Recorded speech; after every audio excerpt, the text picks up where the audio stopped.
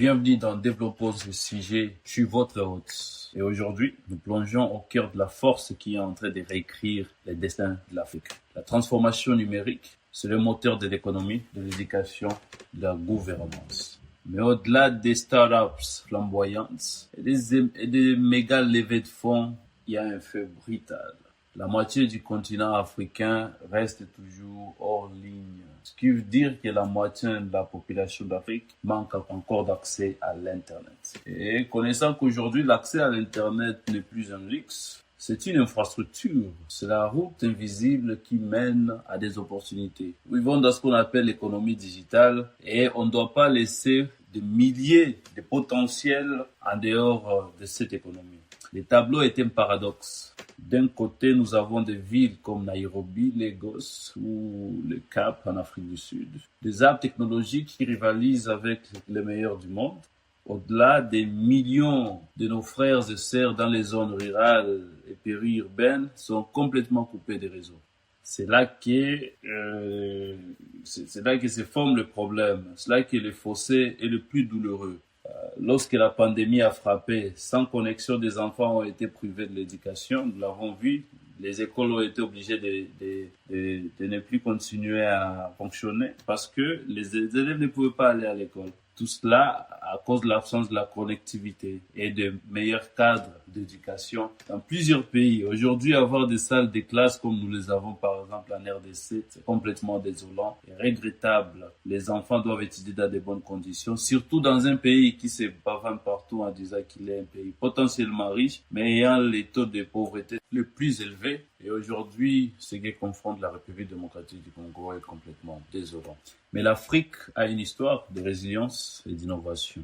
C'est ici qu'est né le concept de leapfrogging, le saut technologique. Au lieu d'étendre la construction d'un système bancaire physique lourd, nous avons sauté directement à l'ère du mobile. Pensez à la FinTech. L'Afrique est le laboratoire mondial des paiements mobiles. Des plateformes comme M-Pesa au Kenya ou les géants nigériens comme Flutterwave, Paystack n'ont pas imité les banques occidentales. Elles ont créé la banque pour ceux qui n'en avaient jamais eu. Elles ont permis à l'inclusion financière de devenir plus une réalité pour des millions de personnes. Ces startups ne sont pas des entreprises, elles sont des piliers de l'infrastructure de demain. Elles prouvent que nous ne devons pas seulement imiter la Silicon Valley, nous pouvons la dépasser en résolvant nos propres problèmes uniques avec nos propres solutions uniques. Mais pour que ce soit continu, l'innovation doit être un besoin d'un socle. L'innovation doit être un besoin primordial dans nos sociétés. L'innovation doit être au cœur des programmes de gouvernement. L'innovation doit être au cœur du commerce. L'innovation doit être au cœur de notre gré, de notre ambition de progrès, de notre ambition de grandeur. Mais de quoi parle-t-on? L'identité numérique, un système unique et fiable comme vous le voyez au Bénin et le RAVIP au Bénin qui permet à un citoyen d'accéder aux services publics et privés. Il y a les plateformes de paiement instantané. Vous avez M-Pesa, Airtel Money. Ce sont des systèmes qui peuvent être améliorés pour permettre à ce qu'il y ait une véritable gouvernance numérique. Le système d'échange des données, les data centers, les AI Startup Hub, vous avez des centres d'innovation technologique. Donc tout cela, vous créez un écosystème qui permet à ce que l'économie du numérique puisse être valorisée et que cette économie puisse permettre à résoudre plusieurs problèmes pressants que nous connaissons dans nos sociétés. Parce que je crois que par la numérisation, nous pouvons résoudre plusieurs problèmes. L'unique bataille ici, c'est la bataille de la connectivité.